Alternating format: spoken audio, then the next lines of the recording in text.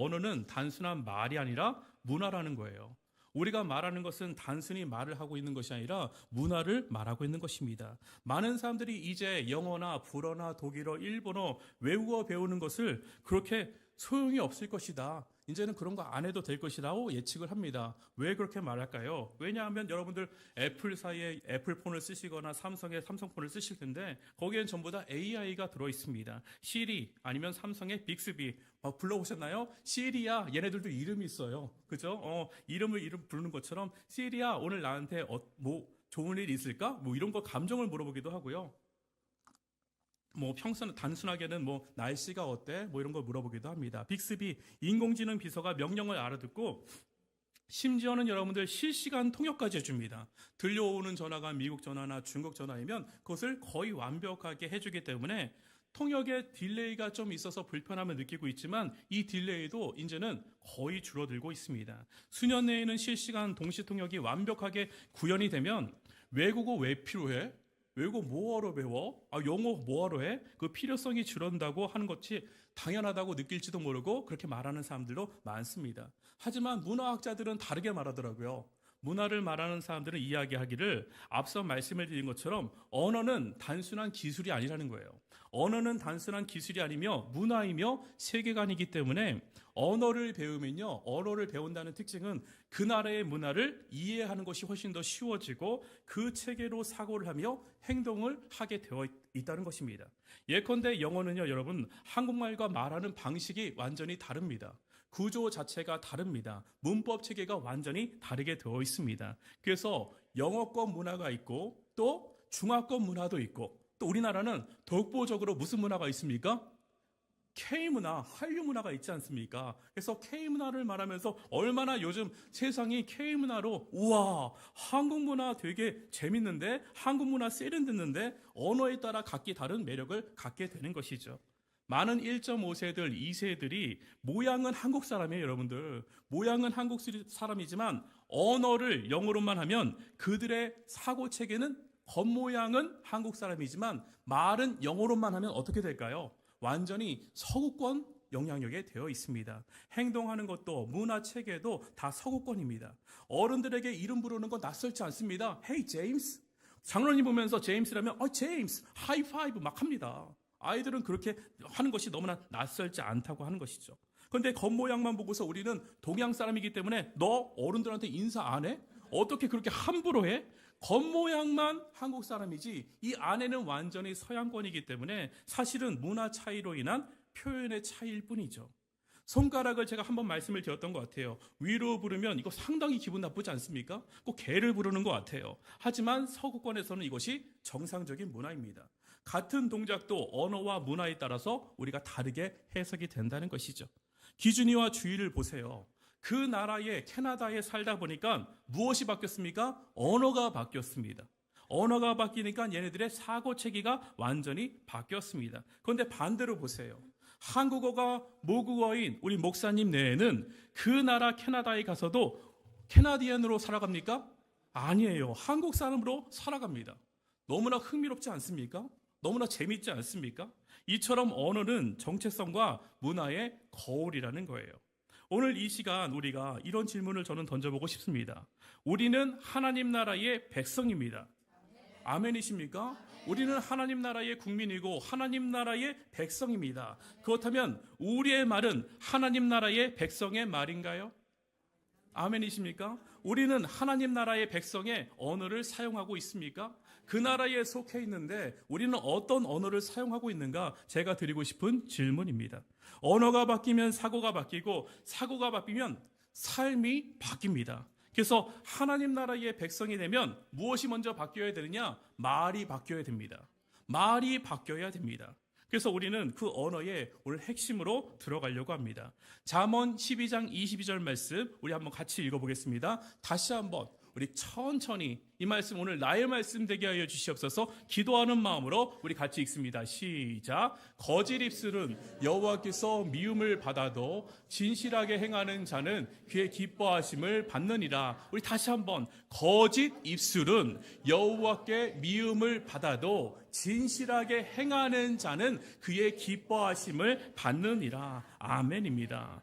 오늘 본문에 거짓 입술이라고 번역된 히브리어를 찾아보니까 시프테이 샤케르 이렇게 되어 있습니다. 여기서 거짓이라는 단어가 샤케르라는 단어인데, 이 샤케르라는 단어는 단순한 실수를 말하지 않습니다. 단순한 실수를 말하는 것이 아니라 고의적인 속임수, 내가 마음을 먹고 하는 속임수, 의도된 왜곡, 내가 마음이 들어가 생각을 한, 그 다음에 자기 유익을 위한 조작된 언어를 뜻하고 있습니다. 이 앞에 붙은 동사가 미워하다입니다. 히브리어는 원어로 토에바라고 합니다. 저는 단어를 보는 것을 참 중요하는데 단어가 되게 중요합니다. 토에바라는 단어가 있는데, 이 단어는 단순히 싫어한다는 의미를 넘어서 가증스럽다, 가증하다, 혐오하다, 극도로 역겨워하다라는 뜻을 갖고 있습니다. 특히 이 단어는 레위기에서 많이 쓰이는데, 우상 숭배나 성적인 죄악을 표현할 때 사용되는 단어가 토에바입니다. 이거는 단순히 싫어하는 게 아니라 가증스럽다. 우리가 생각하기엔 여러분 어떻게 생각하십니까? 거짓말이 성적 음행이나 살인과 강도같이 같이 취급이 된다는 것에 이것은 말도 안 된다고 생각합니다. 거짓말? 아니 그거는 뭐 실수할 수도 있고 그렇지, 의도적이라고 하면 돼도 이것이 성적 음행이나 살인이나 강도와 같이 취급이 된다고 말이 돼? 라고 하실 수 있지만, 여러분 저는 말씀을 드립니다. 하나님께서 보시기에 죄는 죄입니다. 이거 아셔야 됩니다. 하나님이 보시기에 죄는 죄이다. 우리 따라 합시다. 죄는 죄다. 죄는 죄입니다. 가벼운 죄가 있는 것이 아니고 큰 죄가 있는 것이 아니라 하나님 보시기엔 죄는 죄다. 그러면 따라서 하나님께서 원하시는 것은 뭐냐? 죄에 대한 중함의 경함의 그런 평가가 아니라 돌이키는 회개가 중요하다는 거예요. 하나님께서는 용서하시는 하나님이시고, 하나님께서는 회개하면 주홍빛처럼 아버지 하나님 그 많은 것들이 있더라도 희게 흰 눈처럼 희게 해주시는 하나님의 놀라운 은혜가 그 가운데 있다는 것이죠. 그래서 아무리 큰 죄도, 근데 조심하셔야 되지만 아무리 큰 죄도 하나님께서는 진정한 회개 가운데 용서하여 주십니다. 그것이 은혜인 줄 우리는 믿습니다. 진정한 회개, 제가 말씀드렸습니다. 진정한 회개는 하나님께서 용서하여 주십니다. 그런데 진정성이 없으면 또 그 자체가 무엇이 됩니까? 거짓말이 된다는 거예요.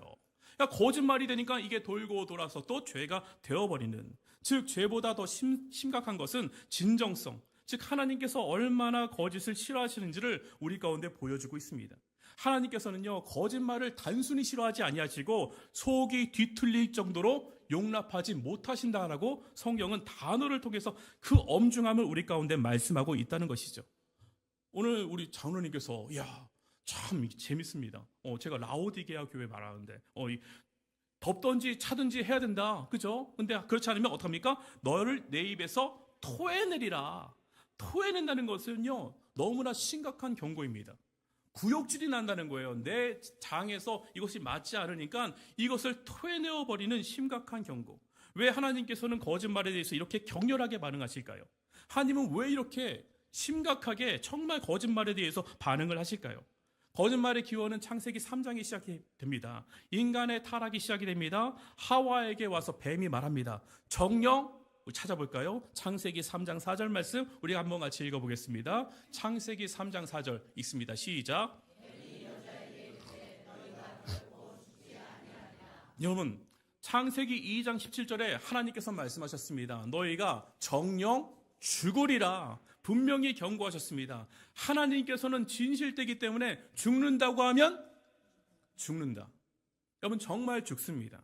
정말로 죽습니다. 하나님께서 말씀하시는 것은 그대로 이루어집니다. 우리 가운데 아멘 해서 끝나는 것이 아니라 정말로 이루어졌기 때문에 우린 그걸 알아서 아멘 하는 겁니다.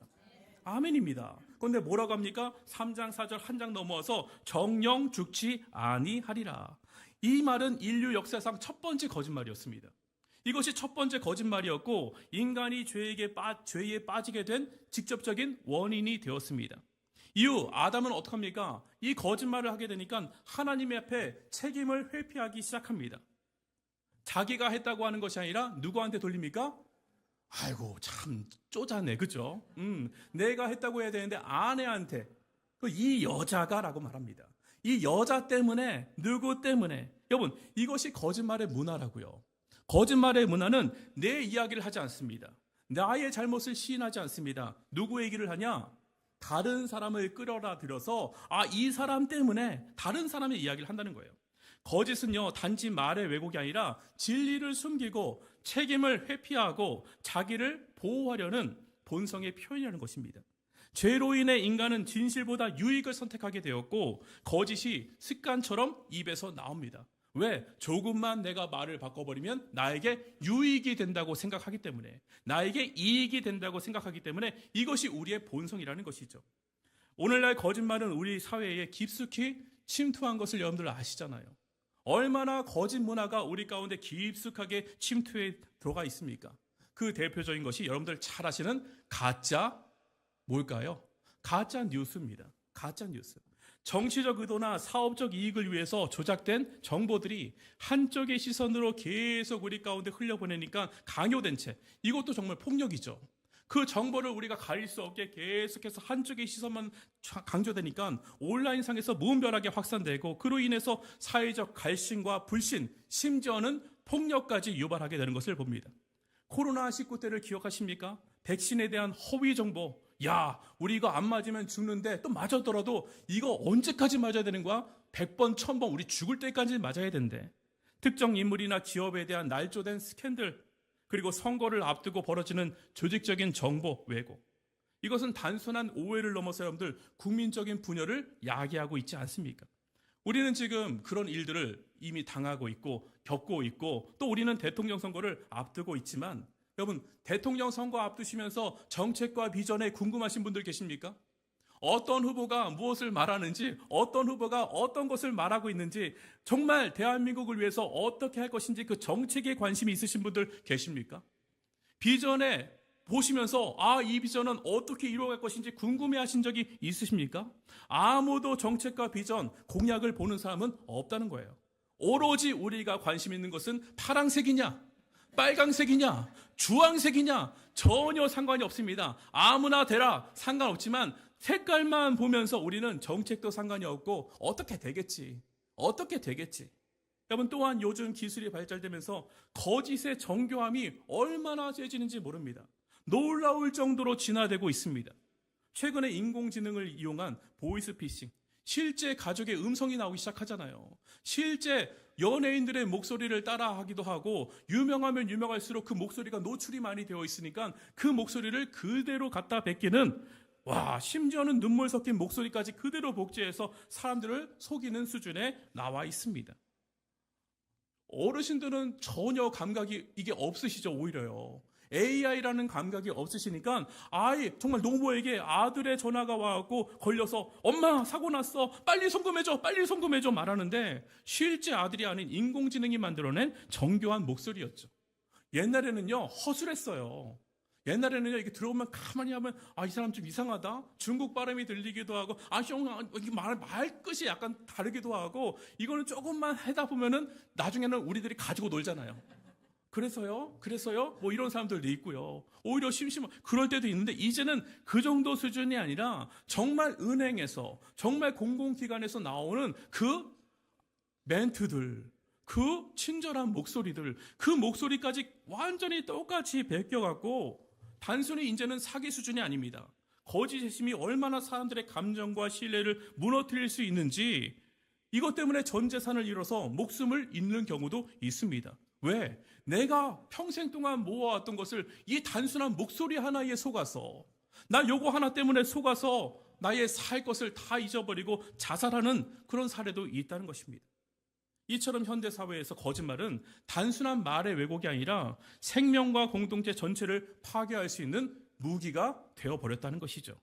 이런 세상에서 우리가 진실을 말하고 살아가는 것은 단순히 개인의 윤리가 아니라는 거예요. 이제는요, 단순히 개인의 윤리가 아니라 이제는 거짓말 안 하는 것이 하나님 나라를 세우는 선교적인 행위가 되었다는 것입니다.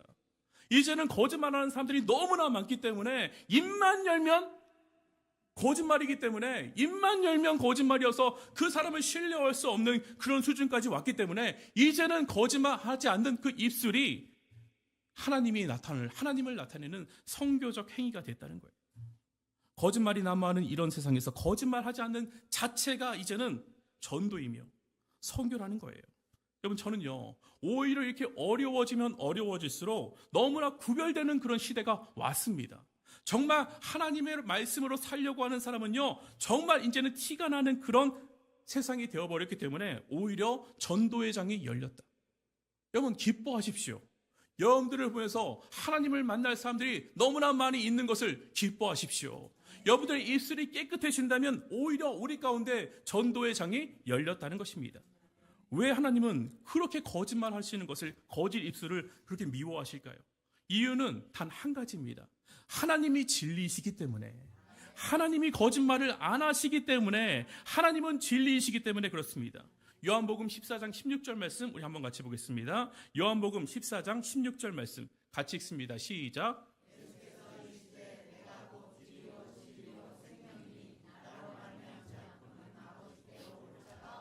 예수께서 이르시되 내가 곧 길이요 뭐라 합니까? 진리라고 말씀하십니다. 그렇기 때문에 나는 생명입니다.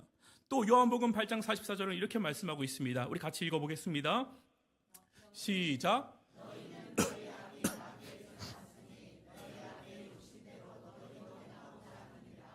그러나 처음부터 살인자요 진리가 그 속에 없으므로 진리에 서지 못하고 거짓을 말할 때마다 제 것으로 말하나니 이는 그가 거짓말쟁이요 거짓의 아비가 되었음이니라. 사탄은 여러분들 그 안에 진리가 있다고요?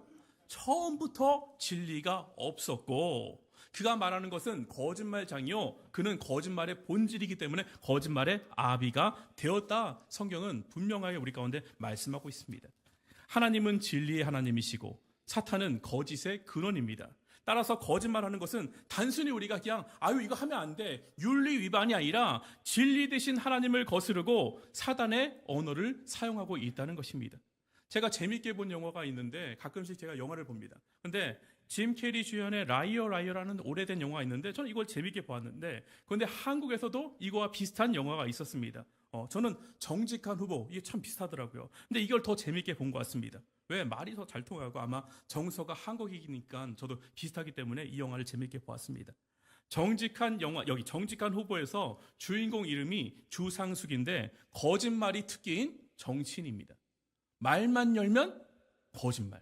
말만 하면 다 거짓말입니다. 입만 열면 자기에게 유리한 말만 하고 입만 열면 그냥 어머니를 팔아서라도 어떻게든 국민들에게 힘만 얻는다면 투표만 받는다면 표만 받는다면 그냥 자기에게 남은 모든 말을 다 거짓말을 합니다. 이걸 보면서 왜 이렇게 요즘 공감이 되는지요. 정치인들을 보면 입만 열면 거짓말. 우리는 그래서 저 목사님은 입만 열면 거짓말하면 안 되잖아요. 그렇죠? 입만 열면 하나님의 말씀. 우리는 그렇게 살아야 될 줄 믿습니다. 근데 TV를 보면 답답한 게 정치인들은 입만 열면 거짓말. 그러니까 이게 참 공감이 되는 거죠. 근데 어느 날 갑자기 영화니까 엄마가 막 이제 이렇게 기도를 하는 그런 걸 합니다. 그러면서 저놈의 딸이 그냥 바른 말만 하게 해주세요. 그 입에서 진실만 말하게 해주세요. 그런데 그것이 이루어지는 영화예요. 기자 앞에서, 유권자 앞에서, 가족 앞에서 그녀는 숨기고 싶은 진실까지 다 말해버립니다. 오늘 만약 하나님께서 여러분들의 입에 진실만 말하게 하신다면 누군가 기도해갖고 아니면 제가 우리 교회는 우리 방배성산교회는 하나님 진실만 말하는 성도들로 가득 차게 해주시고 오늘부터 말하는 것마다 다 진짜만 말하게 해주세요. 나 예뻐? 아니 안 예쁜데. 오늘 머리 어때? 뭘 어때? 머리 위에가 헝하지. 이렇게 여러분 이렇게 그냥 진실만 말하게 해주세요라고 한다면 여러분들은 우리 교회에 혼란이 올까요? 아니면 안정을 찾을까요? 여러분 가정 가운데 남편을 보면서 나 오늘 어때? 어때긴 어때? 다 늙었지? 이렇게 한다면 여러분들 정말 그 앞에서 혼란일까요? 아니면 안정이 올까요? 오늘 제가 짧은 영상 하나 보고 말씀을 이어가도록 하겠습니다. 제가 준비한 영상 틀어주세요. 진짜 왜 이래? 어? 아니 뻔한 말 있잖아. 그 접대성 멘트 왜 그게 안 되냐고. 입이 내 입이 아니고 어떡해. 아니 누구 입이잖아. 입이 누구 입이야? 해봐. 난 사실 남자다. 난 사실 남자였으면 좋겠다. 그럼 더러운 걸 닮았을 텐데. 난 서민의 일꾼이다. 서민은 나의 일꾼이다. 국민사이다. 서민의 일꾼 주상숙. 야, 내가 서민의 일꾼은 아니잖아. 희철이 너 많이 뻔뻔해졌구나.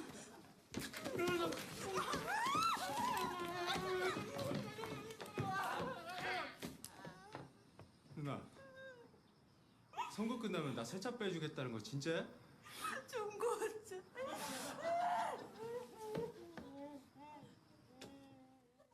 어떻게 보셨습니까?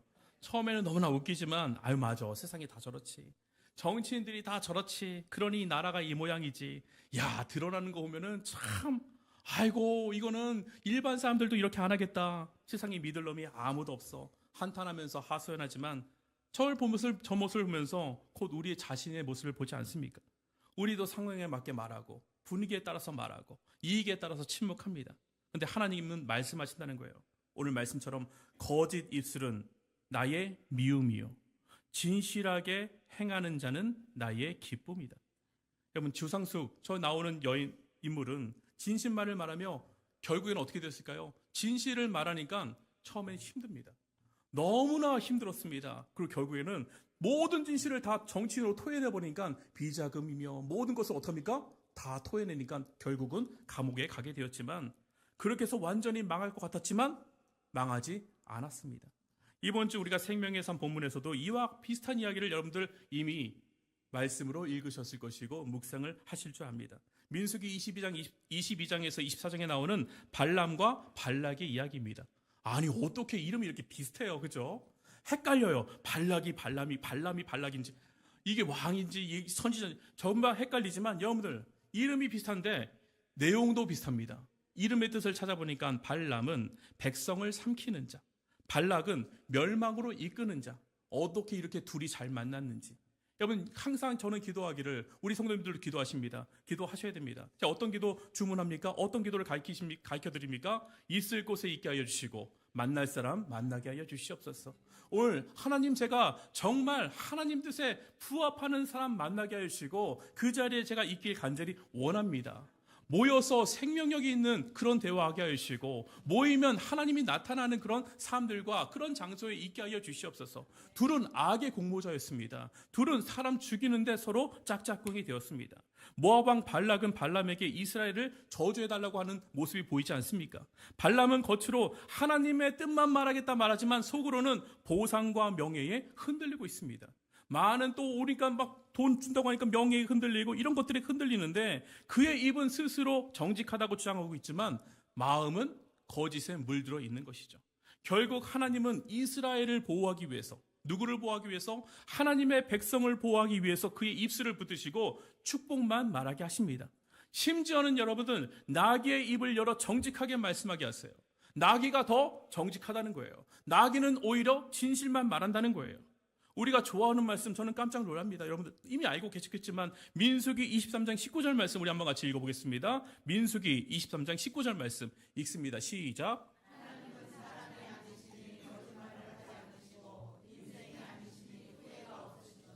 어찌 그 말씀하신 바를 행하지 아니하시며 하신 말씀을 실행하시 않으시랴. 여러분 이 말씀 너무나 귀하게 여기고 우리가 사모하면서 이 말씀 외우시는 분들도 있습니다. 암송하시는 분들도 계십니다.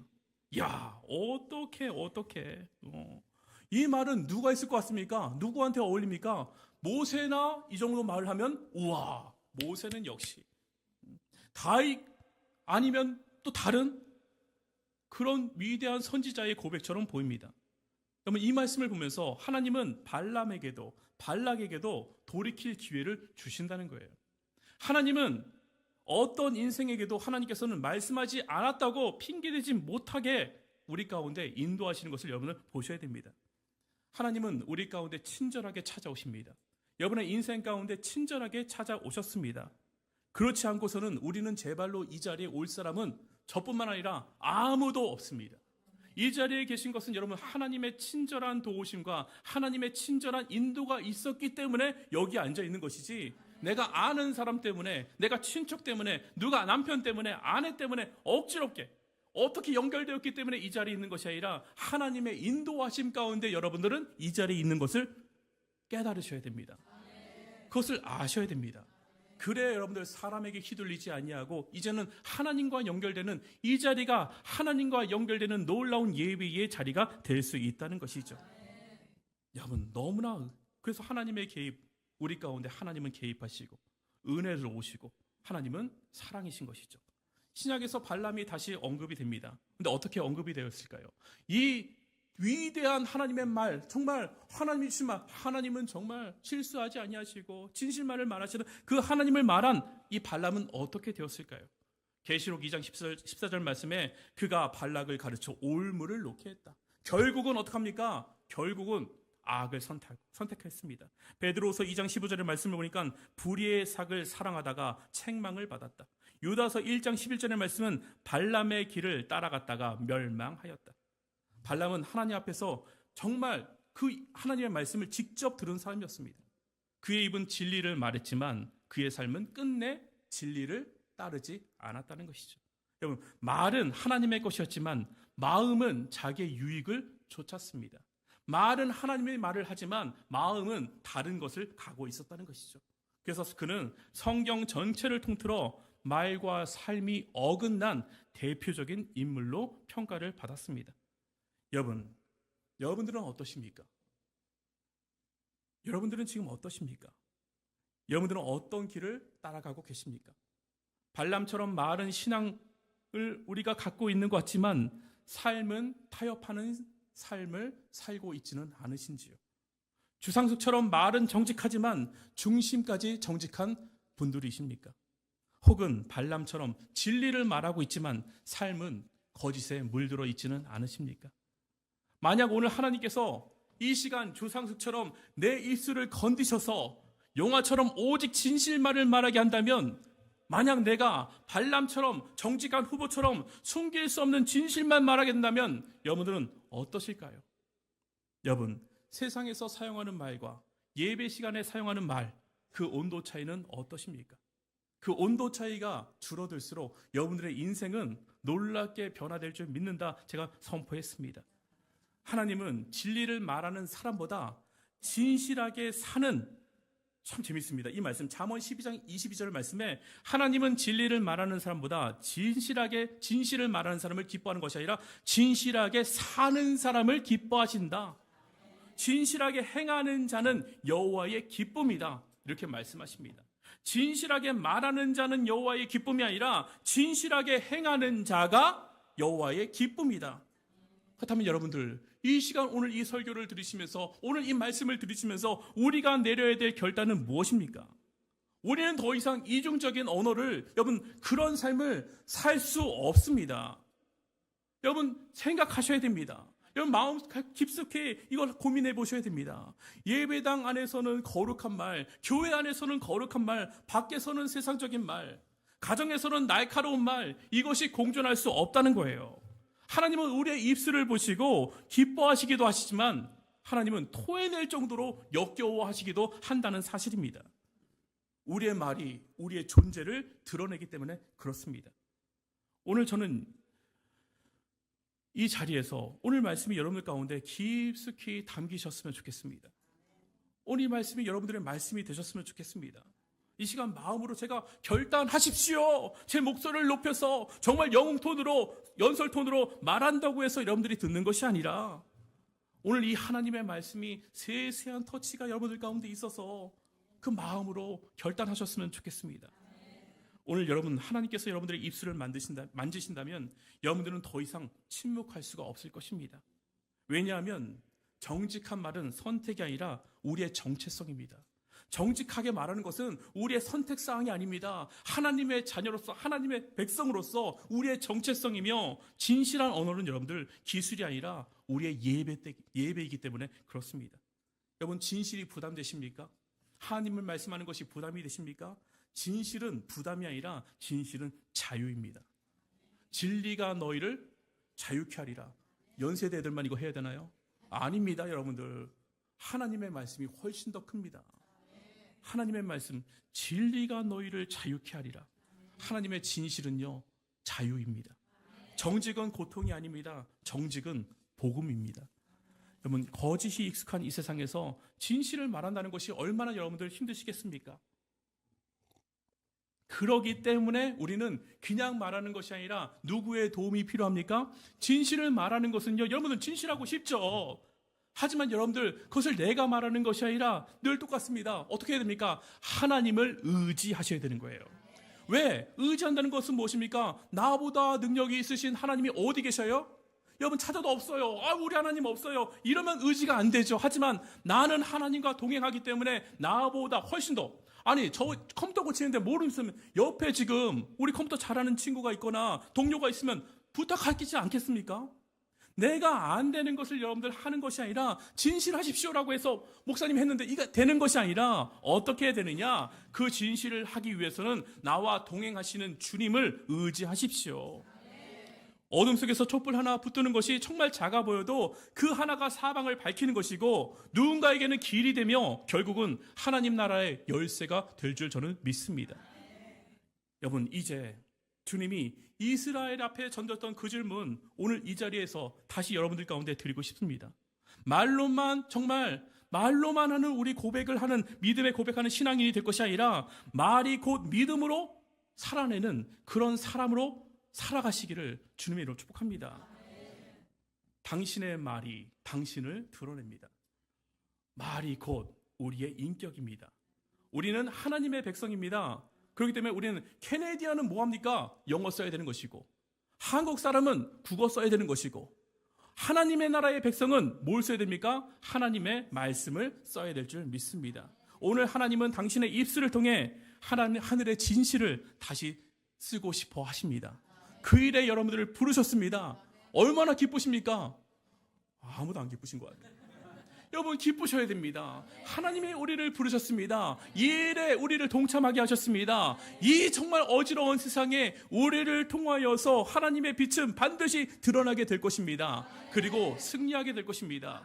여러분들, 그렇기 때문에 언어를 가진 내가 벌써부터 달라지는 거예요.